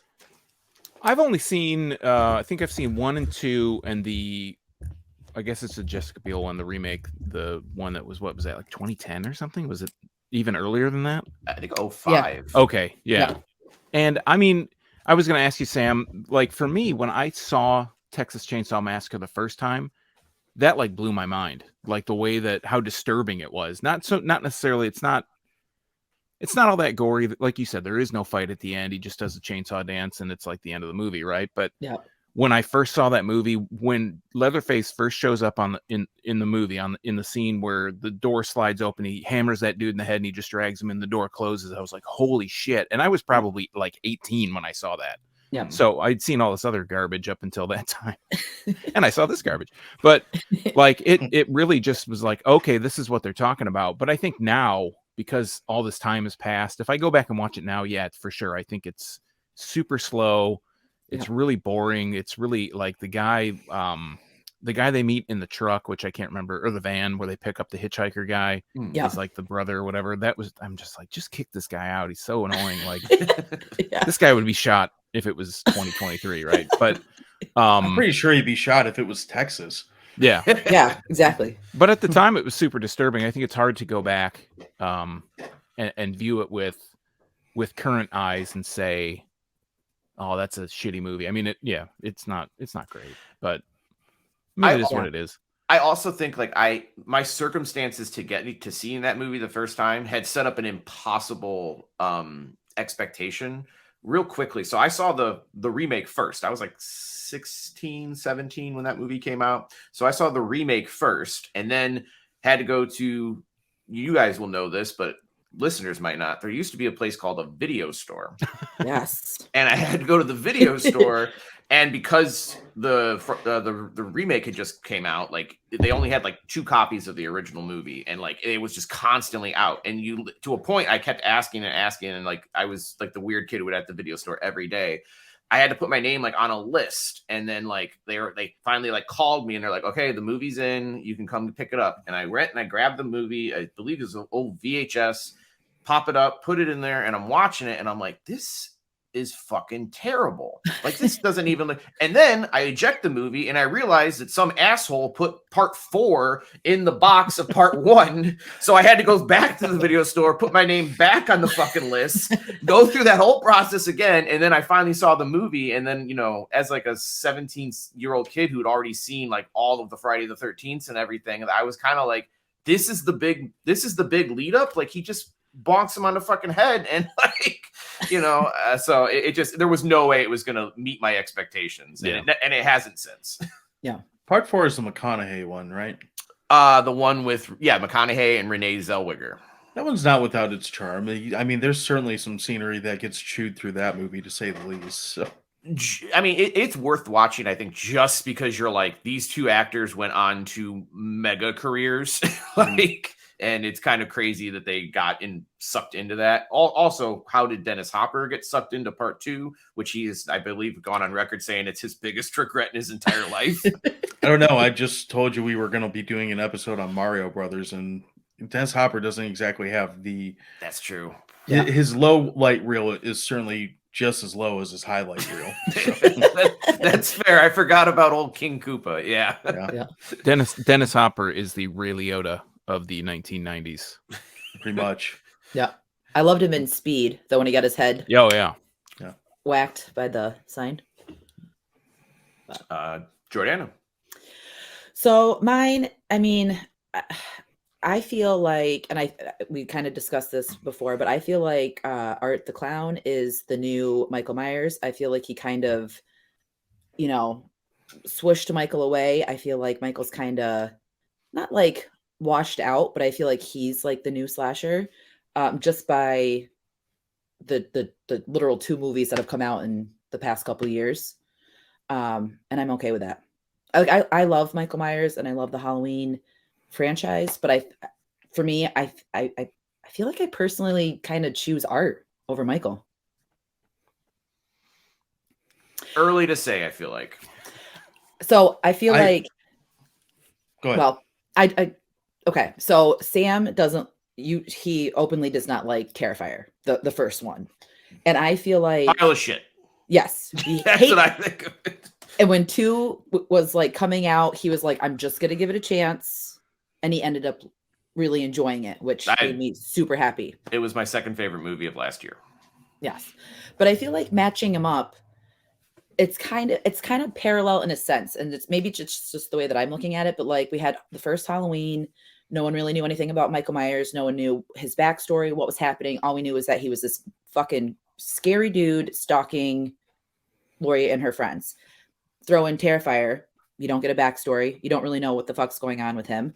The opening scene where they're walking back from the party and he's just standing there with a bag and he's in the dark and he's just like looking over. It scared me. Like I was just like, holy fuck, like this clown's ugh. And then the pizza scene and he's doing like, he's staring over and his mouth is big and his eyes are wide. Like I compare that to 1 or the first Halloween, and then 2 is just amazing. And I feel like he kind of like got his slasher status jacked right up.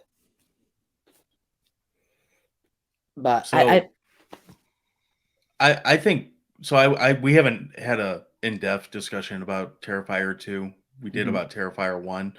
I think Terrifier 2 did a lot of things better compared to 1. I think the biggest thing they did better is they gave him an adversary. I think that made all the difference.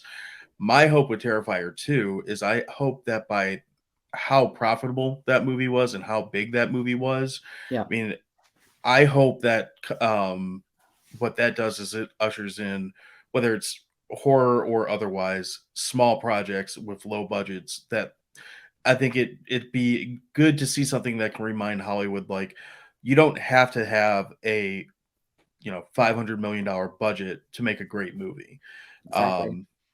And I think that's the bigger thing that I'm really hopeful with coming off of Terrifier 2 is that other filmmakers with other ideas that can get, even if they can get $2 million to fund their movie and makes, I mean, the original Terrifier movie, for all the things that we could say about it, good, bad, or indifferent, just the budget of that movie and how that movie looks, like forget all the other stuff, like story or lack thereof, or whatever side of that fence you want to be on. For what that movie costs to make, it looks fantastic. Yes. And Terrifier 2 is the same type of thing. For what that movie costs to make, it looks amazing. So I hope that seeing that be successful allows film or studios to go back to taking risks on small films and getting something out there, which, as we said earlier, hopefully will lead to some new ideas. Terrifier 2 is a sequel, but it still feels like a new idea because, let's face it, it's horror. There's only 2 of them. That's not that many. All right, so I'm going to kind of throw a gauntlet here, I guess. I have 2 left, but I'm going to go with one that I think will be more controversial. Ooh. 2022 was not a great year for horror. Oh, okay. So the big horror flicks that came out last year, you'd have Terrifier 2, which I'd say was one of the better ones, although I'm not as big a fan of it as anyone else. Well, Sean, I don't think Sean's seen it yet, but I wasn't a huge fan of it, but it was fine. I fucking hated Barbarian. Like that movie just literally I still get mad when I have to think about it. And I watched it 3 times to talk about it, and I'm so mad about it. You're just like torturing yourself. Yeah. It's just proof that John doesn't have a soul. It's okay. Right. Hellraiser was supposed to save the genre or whatever, and it was fine. I think we got a lot more movies in 2022 that were like, no matter any one of these, that came out last year. X was stupid. Didn't really care that much about that one. Yeah. Didn't bother to see Pearl. All the movies that came out last year, I'm glad to see that horror is having eyes like look at it, but I don't think there was a single And I know Terrifier is going to be the one that probably divides everyone, but I don't think there was a single like great movie that came out last year as far as horror is concerned. I agree. I think it was a good year to be hyped about it, but Yes. I don't know if the end product was worth the hype that was generated. I saw a headline, I don't know, within the last couple of days, that was saying something to the effect of like, horror is back. It's like, well, horror really never went anywhere, but Yeah. you know, it's just getting a lot more eyes on it now, I think. And I think with the, not to get all heavy and shit, but I think with like the way that the world is now and Mhm. people being divided and politics and people getting sick and all this different shit, I think it's like, it's an outlet that people feel like they need to go to. Mhm. And you know, while it's getting a lot more eyes, it never went anywhere. So it's not, I don't know. I don't think some of the movies that I know that we watched for the show that we kind of focused on that were horror focused, there was a lot of talk behind them, but there wasn't a lot of really great stuff behind it. Yeah, I agree with that. Like there was some that were like watchable. Like you said, they're all right, but it wasn't like, for me, Watchable is a pretty low bar for me. So. Yeah. Yeah, Same. Sharkula was brought up earlier. So. Right. I'm with you. I think that it financially, horror did really well at the box office last year. That's probably a more reasonable thing to say. There was some I really enjoyed Terrifier 2. I think you said that was the outlier, and then I'm probably going to get chewed up for it. And it was early into the year, but I think it was January. I fucking loved Scream 5. So I love Scream 5 too, and no one else agrees with me on that. So me and Jordana get into Scream 5. Scream's my like go-to franchise. So like I love that one. Yeah. But no, I really loved it. Scream was my favorite movie of last year. So yeah, I've been chewed out for that several times for the same thing. That I think it was, it wasn't my favorite movie last year, but it was my favorite horror movie last year. Did Top Gun come out last year? No, my favorite movie last year was The Unbearable Weight of Massive Talent. Nick Cage playing Nick Cage is always going to be an easy sell for me. So. I'm with you on there. That was a fantastic movie. Yeah. I don't know. I don't like, I think it's great that people loved 5 because I think that introduced a new era of Scream to, you know, a younger generation. And I'm such an advocate for that because I want horror to succeed. Do I want it to be, like you said, like more eyes are on it, but like, are we going to just keep producing just like mediocre stuff? Like, let's get some groundbreaking, like, you know, memorable franchises like Friday the 13th, Nightmare on Elm Street. Let's like get a new villain, get a new storyline or something. Well, it's pretty clear art's going to be that. It's just how far can they take it? And I mean, if we want to go like on a little tangent about Terrifier 2, my biggest complaint with that movie right now is that I left that movie with more questions than I went into it. And I still liked it more than the first one. Yeah. But if you're going to give me a 2.5 hour movie about a fucking murder clown, don't leave so many open ends. So I mean, we talked about it, Sam. Don't introduce a magic sword at minute 10. Yeah. Or with 10 minutes left to go. Not to mention what happens after the after credit Yes. scene is just like, wait, what? What the fuck was that? Yeah, exactly. Yeah. And then me being a wrestling fan, I was like, why is Chris Jericho here? It threw me off a little bit. I was like, okay, weird. Having not seen this movie, you guys are really selling it. Now I need to. We got Chris Jericho. We got a magic sword. We got an adversary. What the hell, man? Usually wrestlers do sell it to you. So I know. One of the most like brutal kill scenes I've seen in a while, like the most creative, I think. Which I like to see that because it's going outside of the box, and to see real effects like Chef's Kiss. I want more practical effects coming back into horror. Like I think I totally agree with that part. Huge nod on that. Yeah. But I love that we got Scream 5 because it gave us Scream 6, and it took me like a little bit to admit that I like actually enjoyed it, but I did enjoy it. Like minus it 3 times. I know. Well, I mean, my mom just got into horror. So she watched the whole Scream franchise and the whole Halloween franchise. And she's like, will you go see Scream 6 with me? Can't tell her no. So I went and saw it with her. I think we just need more I think I mentioned it earlier, just need more new ideas. Like we've Yeah. got all these franchises, we've got these mainstays that are here. Number one, I don't know if I said franchise, but like, can we just have a one and done? Can there just be a movie and some crazy shit happens and it's over? Like, do we, like with X, you know, we watched X, not super impressed by it. Don't want to see Pearl. Like, I don't really care because I wasn't impressed by X. Yeah. What's the other? There's like another one. Is it? Maxine. Like Yeah, Maxine, Maxine or but I something think with the there's three three X's. X's. Yeah. Yeah, like I don't care. I didn't care about. I thought X wasn't great. I don't care about Pearl. I don't want to see that. So can we just like have a one-off? Can we just have like a movie where we just got the one thing that happens, the one bad guy? Can we have new franchises? Do we have to keep rehashing, you know, Jason, Freddy? Well, not even Freddy shit, but like, you know, Michael, Leatherface. Can we get like somebody new, or can we just have more Chucky movies for fuck's sake? We got Threegan and a Chucky TV show. More. Yes. I'm glad that you guys like vocally say that you didn't like X, because I feel like I was another 1% that I just didn't see any. I didn't understand the hype around it, and then I one night when I was drinking, I'm like, I'm just gonna start Pearl, and I started watching it, and I was like, ugh, like I just can't. I couldn't do it. The Pearl character in X was so just aggravating to me that it turned me off to even wanting to have an open mind about it. And I'm generally very open-minded about a lot of stuff. Like if I hear it's good, or even if I hear it's awful, I'll generally turn it on just to see what it's about. If it's something that piques my interest, but I had I had my fill with that one movie and I didn't need to. Yeah. It does not. So I'll be the one outlier here. I didn't mind X. I didn't love it. I didn't like I was like this is fine. This is fine.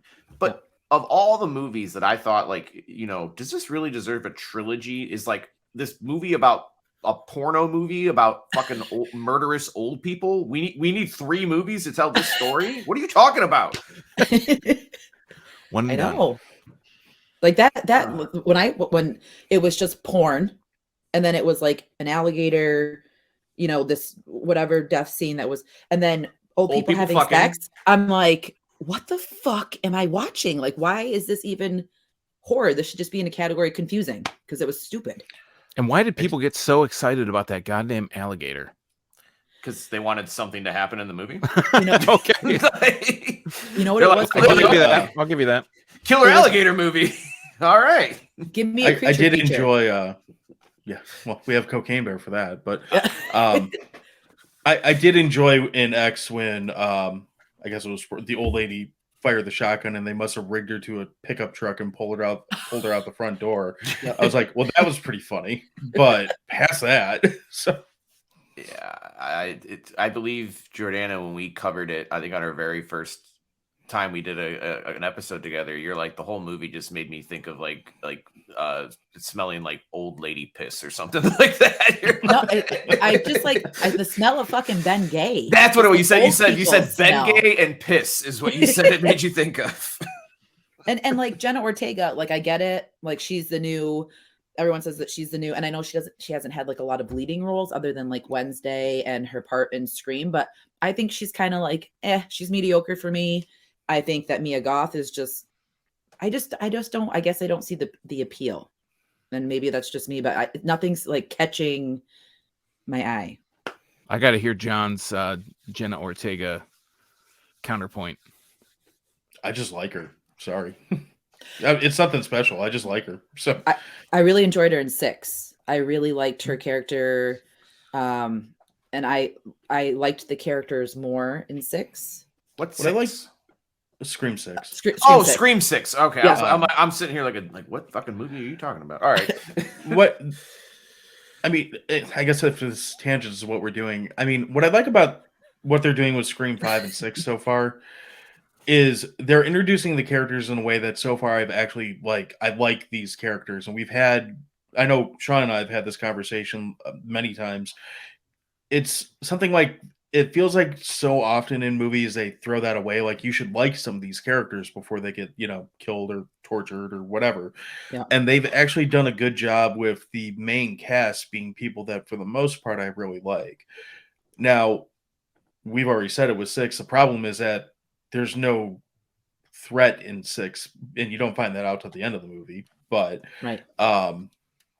that's a whole different tangent. But as far as like just Jenna Ortega in general, like she's popping up in things that I like that she's putting herself in a spot where she's gonna get that kind of, I don't want to call it a cult following because that's not really accurate, but she's gonna get that kind of, she's taking the Jamie Lee Curtis route. She's gonna get that following and she's gonna grow into that, and hopefully she does grow because she looks like she's about 14. Yeah. Yeah. But she's, and what I've seen her in going back to like, I can't speak for like Disney Channel time, but like I think The Babysitter was the first thing I saw her in. She's fine in that. She's fine in the Scream movies. Her like walk on part in that Dave Grohl movie, which the movie as a whole was pretty bad, but she's fine in it. Like she's not saving any movie by any stretch, but she's been enjoyable in every movie that I've seen her in. Yeah. I'm with you on that. I'm worried about her though, in a way that I would call it like the Chris Pratt effect. I liked Chris Pratt, and then he started showing up in every franchise and like property that like I had a mild interest in, and then one day I woke up and I was just like, "Fuck Chris Pratt." she's a little easier on the eyes than Chris Pratt, and she doesn't seem like she's religious, so that helps too. That helps. I disagree. Oh, Chris Pratt, I No. love him. Andy Dwyer, when he had a little dad bod going on, like I don't like him all muscular and like douchey. Like I want him with a flannel. I don't want her to become too overexposed in the genre is my worry, Sure. because I just feel like, you know, I don't know, like at a certain point you get sick of seeing, I'm like, I got to see somebody fucking else. Like I get it. Every horror Sure. person wants to put her in a movie now, but I don't know. I don't want to see her too much. Who was the actress that played? Is it Michael Myers' sister, the clown? Danielle Harris. Oh, yeah. I feel okay. So counterpoint, hot take to John. I think Jenna Ortega is the Danielle Harris. Yeah. Versus Jamie Lee Curtis. I think that she's going to be here and gone. Like I know her more from the Disney I Channel. know Danielle Harris still shows up and bitches that she doesn't get enough credit for being in Halloween 5 like every couple of years. So. There you go. That's going to be Jenna Ortega soon. That's my prediction / hot Yeah, take. her and what's her face? Scout. Yeah, they have their own podcast, and they went on like a rant against Bloom and David Jamie. Gordon Green because they treated them shitty at the premiere or something, like, I don't know. Didn't she also quit the Hatchet series, or did she take over for the Hatchet series? I only watched the first 2 of those, so I don't know. I don't know. I don't want to. Kane Hodder again. There you go. Yeah, but she either was in the first movie and then like threw a bitch. No, I'm sorry. She took over for someone who threw a bitch fit. Never mind. That whole Halloween thing just irked me because it's like you were in 4 and 5, which I get. Like there's a lot of people that love 4 and 5, and then you have Scout who's in the Rob Zombie Halloweens, which okay, cool, and just the audacity to think, I don't know. I just, it was such a weird situation. I'll give Scout Taylor Compton credit for the shit she had to like try to work with in that movie. Yeah. She was a far cry from the worst problem in those 2 movies. Yes, I totally agree with that because I actually enjoyed her in the movies, but just like how they made it into this like victim mentality. And it's like, you know, Jamie Lee Curtis was promoting, and I'm sure she was just kind of like, okay, whatever, like let's take this picture, and then they got angry because she didn't know who they were. Well, Jamie Lee Curtis openly does not like horror movies. She didn't even care about Halloween. It was just obviously like a money grab for her. So having them not be as important, like, I don't know. I didn't know she didn't like horror movies. Does she like yogurt? you would think that she hopefully. Has she been lying about everything? I don't think I'm wrong by saying that, but wasn't that she openly just? No, she says it like all the time. She hates horror. She did Halloween because she liked John Carpenter, so that's why she did Halloween. She's said all along that she doesn't watch horror movies. And didn't she only get Halloween? Like John didn't want to cast her, but she only cast her because of her mother. I wouldn't be surprised. I believe Yeah. that. I thought that was the case, is that they were like, if we put her in the movie, we'll get some buzz because of her famous mom. But Yeah. worked out. It did work out, but I feel like that whole they bitched about it for so long, and everyone's like, "Oh, I'm so sorry," and how dare you, Jamie Lee Curtis? It's like, oh, fucking come I mean, on. at the risk of sounding incredibly like shitty and sexist, it just sounded like two middle-aged white chicks bitching because someone could hear them. That's it. Yeah. So Yeah. I mean, I'm not going to disagree with you. I just feel I feel like they're washed out, and they're just mad that no one really like flipped out because they were there. yeah, and I mean, if you had, not that you could, but if Donald Pleasence came wandering into the premiere, I'm sure people would have freaked out that he was there, and he was in there You're all the way dead. up through 6. Yeah, well, if he was dead, it would You're be Supposed to be dead. Holy shit. There'd be a lot of questions. Yeah, but I don't know. It's I don't even know how we got on this tangent. So This is a normal in our show. Sam and I will stop and we're like, how the fuck did we just get here? Like, what brought us to this? Sean, I think that'd bring us to you then. All right. Well, I actually thought about it this time. Horror movies look better on VHS. yes, Yes. 100%. I don't know if I guess that's not a hot take then. We're all agreeing. I can't. I mean, I'm already like era appropriate. Like if I want to watch a movie from the 80s, if I want watch a movie from basically 90s and back, late 90s and back, I want to watch it on VHS if it's a shitty movie.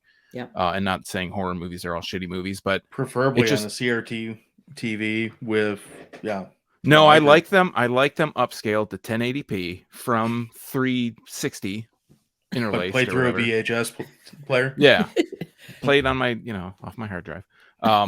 But yeah, I mean, you can't, there's something you can't reproduce as a digital copy, as a DVD, as a Blu-ray. I mean, DVD is already sacrilege. So Yeah. you can imagine what a Blu-ray would do to it. But, and I hate to keep like harping on this, Never Too Young to Die thing, but I heard that the Blu-ray copy of it actually has the VHS rip on it.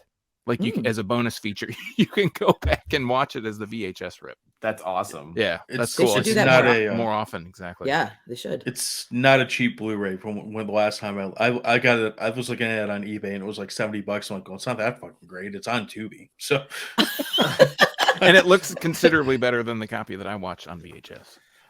Yeah. Who here has an active working VHS player? I'm jealous. I It's told a John. It's a combo. I have that too. I told John my pandemic hobby, and he was, I don't know, appalled or maybe impressed. I'm not quite sure. What was Mostly that? impressed. I was going to like Salvation Army or Goodwill to pick up blank VHS tapes, the ones that had like handwritten labels, so I could see what was on them.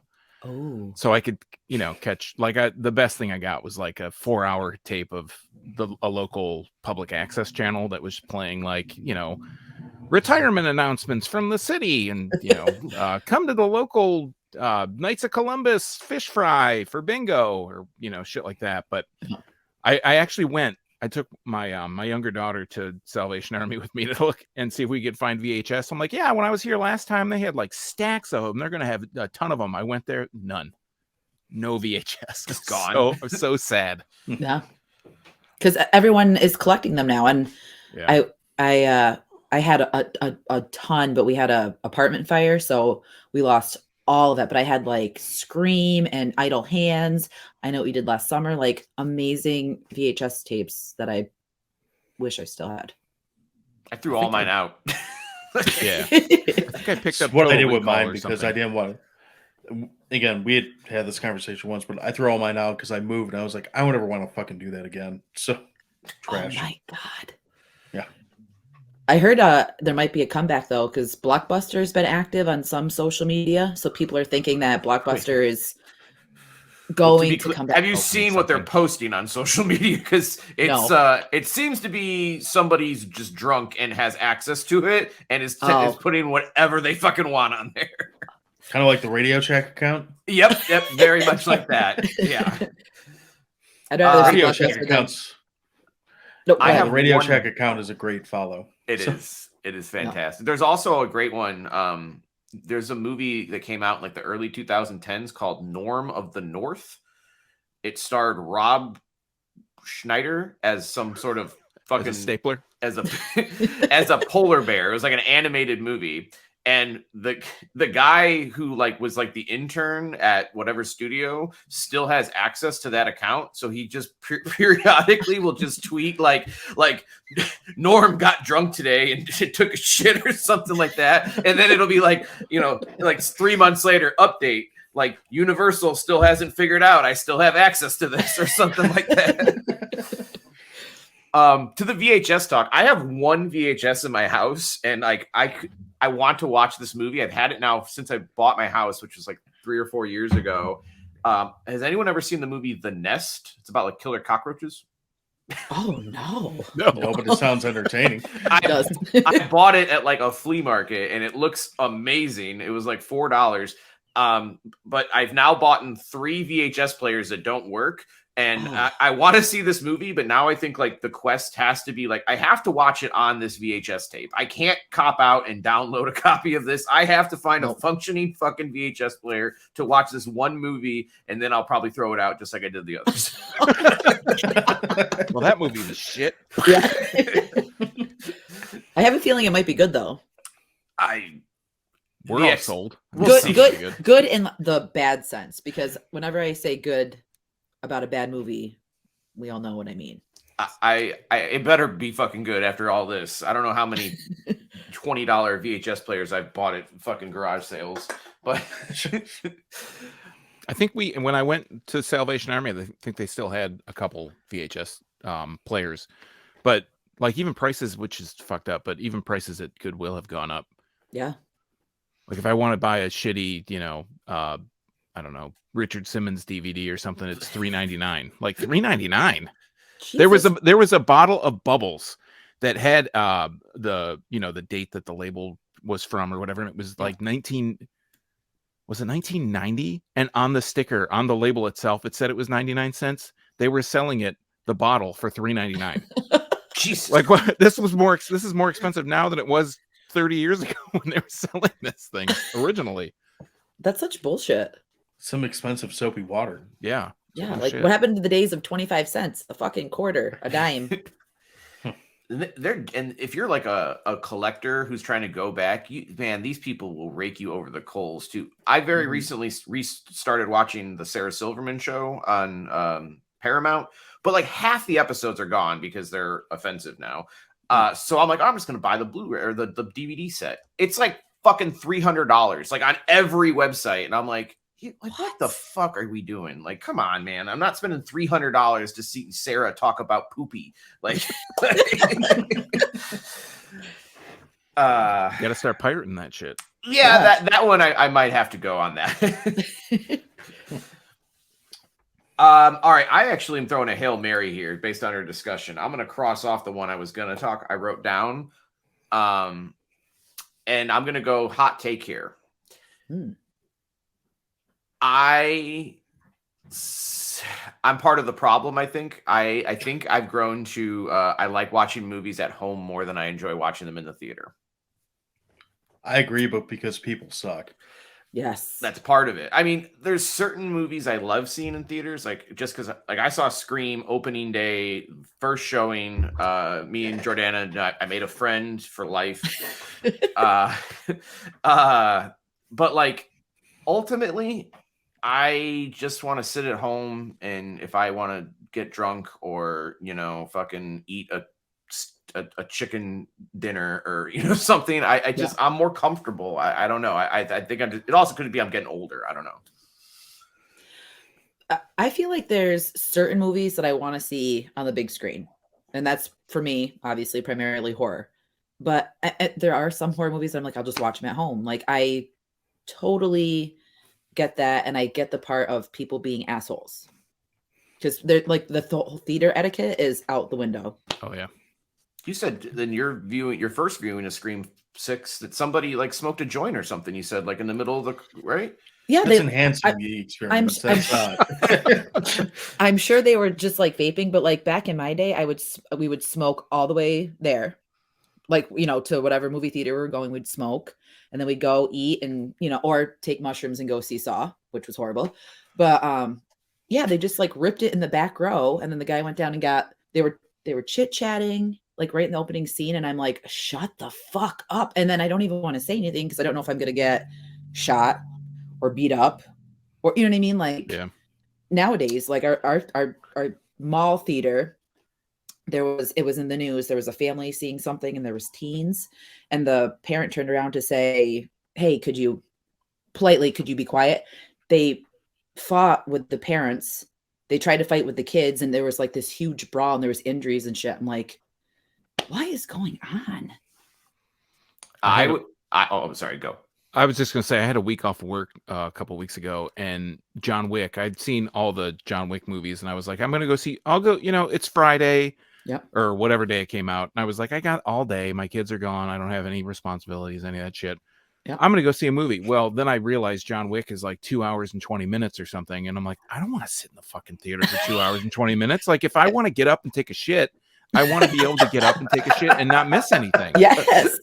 So, and like 65 again, because that was the movie of the year for me. I was like, well, 65 is a minute or an hour and 31 minutes or whatever. It's like, I don't want to sit there. Like, even I'll sit in my chair at home, but I don't want to sit at the theater and watch that. And like you said, nobody knows how to act in a movie theater. And then I thought, all these John Wick movies, we went out and we went to dinner and we went and got drinks beforehand. I don't remember what happened in any of those movies. I was drunk and I like almost fell asleep probably through all these Marvel movies, all these John Wick movies. I don't know what the hell happened. Like, not that you really need to know what happened, but right. I don't remember any of that stuff. I have so much more, I don't know, memories of watching it just on the couch at home, like that. I can remember what actually happened. Mm-hmm. I do miss the days where, because I used to go to a theater that had a lot of, we'll call them interactive audiences, but it was funny. Yeah. Like, I remember specifically going to see H2O in a theater, and, every 5 minutes, like, no, motherfucker, look over there. That's Michael Myers. And that was entertaining. Yeah. But, like, we just, everyone went through this like 2-year period where you couldn't go, you didn't even have the option to go to a movie. And for me, the first time I went back to a theater was Scream 5, and both the Scream movies, I feel like I go see those in theaters just because I was like, it's going to be a while before I can get a good copy at home. By a while, I mean, someone's going to ruin the fucking movie for me before I can get to it. So I made a point of going to see those, but in 5, it kind of was the icing. I'm like, I'm not doing this anymore unless it's something like this where I don't want the movie ruined for me. Because I was sitting there, there was like me and like 3 other people in the theater, and this fucking like dick slap walks in as here's Ghostface, like 400 feet high or whatever, stabbing someone. Well, maybe not that high, but he looks and goes loud as hell. He goes, "Is this Scream?" I'm like, "No, it's Driving Miss Daisy." The fucking Notebook, dude. Right. So, yeah, that's the type of shit that I'm like, you're not in. Again, you want to be like the random like funny person that's enhancing it by screaming like, "Oh shit, no, you shouldn't go in there. That dumb." Like, fine, do that, but don't go in there and say things like, "Well, is this I'm gonna interact with you by asking stupid questions." Like, I'd rather just stay home. It's cheaper, it's easier, and TVs look good enough now. Like, everyone has like a 4K TV now. Like, you can get one for like $100 at Walmart if you really want one. There's really not enough to draw me to a theater at this point. I get 100% agree. I mean, that's why I'm with it here. I'll say I was in back-to-back movies when I went to them, and I remember one of them was the first Jurassic World movie where there were fist fights in the audience. Like, and I think the other one might have been like Batman versus Superman. I don't even fucking know what was around that time, but like back to back reenactment. You would be Batman. You're Superman. And it still wasn't even the worst experience. So Jordana, we've talked about this before. I get like more fury than I've ever felt in my life when like people are disruptive in a movie theater. The worst one for me was when I went and saw Top Gun, the new one, which was my favorite movie of I guess, non-horror of last year or whatever. Loved it. But it was a couple, they were like probably in their 60s. They were sitting directly behind me. And this dude, the whole movie is like mansplaining to his wife what's going on, but she's like eating every bit of it up. And honey, that's a jet. Exactly. Like he'd like, he'd be like, they're talking about Goose. You know, Goose was in the last, and I was like, oh my God. And then like Tom Cruise. And to the point that I will never forget this, I was like, I want to ask this lady questions about her life. If you've seen the movie or not, but Goose's son shows up in the movie. He's a big character played by Miles Teller. He shows up. I think he's at a bar in the first scene. And clearly you can tell this is going to be a big character. And he's on screen for no more than 15 seconds. And she's like, who's he? And then he has to like go in and be like, well, that's Goose's son. I want to be like, is this how you go through fucking life? Like every time someone shows up, you're like, well, they haven't announced who they are and what their motives is. Like it's $100 million movie. I promise you, if you fucking wait 5 minutes, you're going to find out who the fuck he is. I wanted to choke this bitch. That's your son. Remember Tommy? I'm like venting about it now is just making me feel better because I think I was holding it inside. This is your safe space. You can talk to us. Let it out. I'm too much of a nice person to like turn around and say anything. But at a certain point, I just had to start being like, when she would say something, I would just kind of give like the passive like I'm like.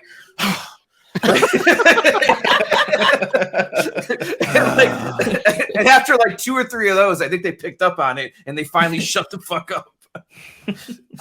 Then they were texting each other. Yeah. And the people behind them were losing their minds. It feels good to get that off my chest. But those are the people that need to stay at home and watch the movie. Like if you have to sit and discuss it, then don't go to the theater and watch it. Stay home and talk about it, like openly. Totally. Who doesn't love to talk during a movie with their friends or family? But Jesus Christ, don't go out and do it in front of a packed house. God, I do miss. We used to have a theater here that they did Wednesday night Bruin View movies. Mm-hmm. So for $5, basically you would go into a bar and they would play. It was kind of like the B run of a movie. So like when they did dollar shows, they would get them 6 months after they came out. Yeah. That place is closed now, but that place was fun because it was a bar environment. So you go sit there and you could talk and you could, do all that type of dumb shit. Yeah. But you're also still able to go there and watch the movie. And it was loud enough that you could hear the movie if you wanted to, or you could not. So I think I saw Grindhouse like 13 times there. Jesus. Just because they kept getting it. I was like, well, for $5, I'll go watch Planet Terror again. So hell yeah. Planet Terror. At a bar. Yeah. Yeah. But I love the theater experience though, when like you're watching something where you get the reaction and it's like, everyone's just like either, like a gasp or or it's like that. I love that connection, like having that feeling, but that's where it stops. Like I can't deal with like I went and saw the Friday the 13th remake and I went by myself because at the time my ex-boyfriend, he was a douche and never went to the movies with me, but I would just go by myself. And it was a small theater. And some fucker brought their kid, didn't they? That's what I was going to guess. Oh, wait. This story is amazing. So I'm in the back. The mom walks in and there's 2 young kids. And she's like in this, like the row down to the right of me. The guy walks in. So that must be her date. Leaves the kids, goes down like 3 rows and sits with a dude. I'm like, this is fucking Friday the 13th. So, the beginning, it's like killing, tits. You know what I mean? Like the whole pot scene and everything. And the kids all are like, stuff. All the good stuff. And I'm like loving it for the kids. Like, I'm scared. And the mom's on the date with the guy. And I'm like, why the fuck? Like, I get the whole not having like a babysitter thing, but don't bring your kids to Friday the 13th and go on a fucking date. It's just odd. Yeah. I've seen several like movies where like kids are at the movie and you're like, I mean, I get that, I don't know. Marvel shit is like, it's for kids, but when you bring in your 3-year-old and the movie just came out, the kid's not going to remember the movie and they're just going to ruin the experience for everybody else. Agreed. I'm so selfish that I still get angry when I went and saw Sonic and there's like kids being annoying and I'm like, guys, come on, Sonic is talking. Like, don't you know how to act in a movie? Jesus. Sonic, goddammit. This Last isn't night- for you, it's for me. Last night at Mario, there was a kid and he kept getting up, and the mom was next to me and my friends and their kids over on this side. And the kid kept getting up and he would just like walk over this way and he would just stare. And I wanted to just grab him and put him on my lap and be like, will you please watch? Like, you're staring at me as I'm drunkenly watching. See, I would have wanted to kick him Mario. in the face, but you know, turn him to the screen. I guess that's a nicer way to handle it. So He wasn't even he like would get up and talk to her, and then he was just like this to me, like just I see this kid looking my way in the dark, and I'm like, you could have tripped him. That would have made it easier. So It probably didn't help. You told me you were pretty loaded during this movie, weren't you? we pre-gamed pretty hard. We had a big Sapporo and then had juice bombs, and I was pumped. Like, I love Mario. I love the concept of like going to see Mario, like get fucking ripped, and we're gonna go sit in a theater full of kids. Oh, I love it. We like, yeah, I end up just falling asleep if I get too ripped on stuff and just go, oh, and I'm like, what? yeah, what happened? I had a good buzz, but it added to like the jokes. They were super corny. They made a mushroom joke with all the toads, and I was fucking dying, and I'm like the only one laughing. I'm like, I was about to say, we're the only one laughing at the jokes.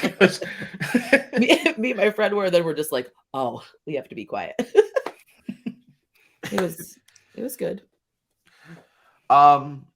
All right. Well, does anyone have any like because I know, John, you said you had 4. I don't know if you want to talk about that 4th one or not, or if anyone has any extras we want to talk about before we close up shop here. Sure. I can throw it in. So Let's go. What you got? this is similar to one that we've already talked about. That's why I skipped it. But Nightmare on Elm Street isn't a very good franchise. Yes. One great movie, 7 or 8 like kind of shitty movies. I love the character. I mean, I love Freddy, but Really good marketing. yeah. I enjoy 3 of them, but So I'm gonna guess the ones that Wes Craven directed. I don't know because I'm not big. 1, 3, and 1, 3, and 5. Oh, 1, 3, and 4. 7 was the other one that Wes did. New Okay, Nightmare. I like 1. I like Dream Warriors, and I like Dream Child. That's the one with the fetus Freddy running around, if I remember right. Yeah. Doesn't he also do the? It's the worst of the 3 that I enjoy, but I do enjoy it. Isn't that also where he does the Wizard of Oz thing at one point? Is that, or that might have been 6? So They all blend together. Dream Warriors is actually, if I'm really being honest, it's 1 and 3. Dream Warriors, I think, is really, really fun with the idea of like the kids kind of they're fighting back with their dreams and whatnot. I thought that was really fun. And Awesome Kincaid- music. Yeah, and who was it? Dawkins, I think it was. Yeah. And then Kincaid, I Yeah. thought was a really great character who, for whatever reason, they decided to just kill him off in the next fucking movie. So that pissed me off. But I'm with you. I think that it's not a overall very strong franchise. I think it's got better visuals than it does anything else. I agree, though. I feel like for me, it's one of like my least favorites, just because Freddy scared me so much when I was younger. So I didn't really watch them then, and now I watch them as an adult, and I think it's more comedic, and I don't find them scary. And there's other franchises or other movies I'd watch over. It's Nightmare kind of on like Elm for me, like watching Chucky. I'm like, I'm pretty sure I could fuck this guy up. I'm not really too worried about him coming after me. So John would just throw him in a closet, close the door. I think a big problem with the Nightmare on Elm Street as a franchise is that it's one of those movies that every movie completely rewrites its like lore. Like, I mean, in the first movie, he's the boogeyman in your dreams. In the second movie, he literally comes out of a gay man's chest. So like it's just what are we doing here? There's no consistency. And totally, the And- pool and- party and Mark scene Patton's is pretty. The pool party scene is pretty funny if you watch it just from like isolated from the rest of the movie, because it looks like some moron just dressed up like Freddy Krueger and chased a bunch of people around the pool. So, Totally. Chew is worth watching just for the, like I love. Have you seen? You said you like documentaries, Sean. Have you seen the Scream Queen about Mark Patton and they did a whole thing about Scream 2 and how they finally like got the director to admit he's like, yeah, I made a gay movie. Like I knew it was gay when I made it, and I made it, and it is what it is. Like, I can appreciate the social commentary in that movie too, but Yeah. the movie as a whole, it's like you get that whole scene with the fucking bird that explodes that makes no sense. Like half that franchise, there's no rules in the franchise. Like it's like you said, the lore gets reinvented. So yes, you can do whatever you want, but it kind of takes you out of it at the same time. Yeah. I'm with you. Yeah. And I feel like New Nightmare is the one that I rewatch most. Scream -1. Yeah. So, Yeah. Because I mean, you have like the Nancy element in it, and then you have like, I don't know. I feel like the more menacing Freddy, it's like a little bit darker, but it's still, you know, New Nightmare's fine because it's a great concept. It's not. It's funny because I'm calling it Scream -1, but it's a great concept that he just made way better a couple years later. So right. He was honing an idea. yeah. Yes, you could see it. I'm with you on it. I'm actually, me and Jordana have talked though, and granted, we said before we want like new concepts and new movies, which I do, but Yeah. I'm genuinely shocked that they gave one attempt at a reboot on the Nightmare on Elm Street franchise. It flopped horrid. It's my least favorite remake ever. Yeah. But like, I'm genuinely shocked that nobody has ever been like, well, let's try again. Like, what the fuck happened? Why'd they just give up on it? Because they lean too hard into the whole like pederast part of Yeah. Freddy. Like that was always kind of hinted at in the original however many movies, but in the remake they're like, oh yeah, by the way, I diddle kids with this like knife hand or whatever. So Ouch. hey, here I come. Like Yeah. that doesn't fly. Like you can get away with a lot of stuff in that genre. You can even get away with that to an extent. But when you're trying to you're taking a character that you thought people have that character tattooed on them. They have them like on t-shirts and they wear them like proudly or whatever. You can't just go out there and like, by the way, you can't just throw that in as like I'm such just a like major this guy. Yeah. yeah. Oops. Yeah, it didn't work at all. Like Right. that tone did not work. And also, you would Oh. think that with a Freddy remake, it would be scary. Like you'd want it to be scary. I don't remember anything that was scary other than his CGI. Oh, Like it was horrible. God, John, that's so funny. I never thought of it that way. Like you said, like people are fans of this guy. Like like you said, you've got a tattoo of him on there, and I don't. But well, I'm not people saying. Yeah, I'm saying like, but think this hypothetical person that is out there has a tattoo of Freddy, and he goes to see his boy on screen, and it's like, yep, nope. I definitely touched him. It's got to be a slap in the face to be like, well, gonna have to get this covered up now. Turn it into Jason. I like black squares. Right. That. That's why you don't see too many people with Michael Jackson tattoos, I guess. I'm sure they're out there. I'm sure they're out there. Yeah. Because there's people that still think that's a conspiracy. So Yeah. Woof. I'll keep him off my body for now. Has anybody else got any hot takes that they got the cooking in their brains right now? I barely brought the 3 that I talked about. Yours were good too. They I were mean, good. everyone had great hot takes, but off the top of your noggin, that was Impressive. yeah. Sean is the most professional podcaster because he prepares by not preparing. Is that what it is? Yeah. All right, guys. Do you want to plug your podcast before we take off here? Yeah, sure. Our show's our podcast is Dewey Podmonster. You can find us on our site, which is crap.town, most appropriate site name because we have the domain already. We're on social media pretty much anywhere you can find us. It's at Dewey Podmonster. If it's out there, I'm probably on it, although some are more responsive than others. We also do beer stuff, but I'll let Sean talk about that because he's better at talking about beer. Yeah. Well, so John likes to say, and I think I've said it, I am the authority on Michigan craft beer. Yes. I didn't get the intro. So you can find out all that shit on youtube.drafttherapy.com. We've been doing a lot of interviews with local breweries, and that's kind of my passion. But yeah, you can find all that stuff about Michigan craft beer. And you can find me on the social media that John pretty much runs at Draft Therapy on all the social media networks. All right, Yes. cool. Well, I'm really glad that you guys were our first guest because this was a lot of fun, and hopefully we can do like a return maybe in a little bit of more hot takes or something different. Yeah, Okay. and we need to figure out how we can get you guys on our show. We haven't gotten that down yet, but that's in the pipe. Yes. We've Well, had we'd a love to couple anytime. people. We've had a couple people we threatened to be guests on our show, but it just hasn't happened yet. So, All right, guys. I think that'll be wrapping it up for today. Thank you very much to you both, Sean and John.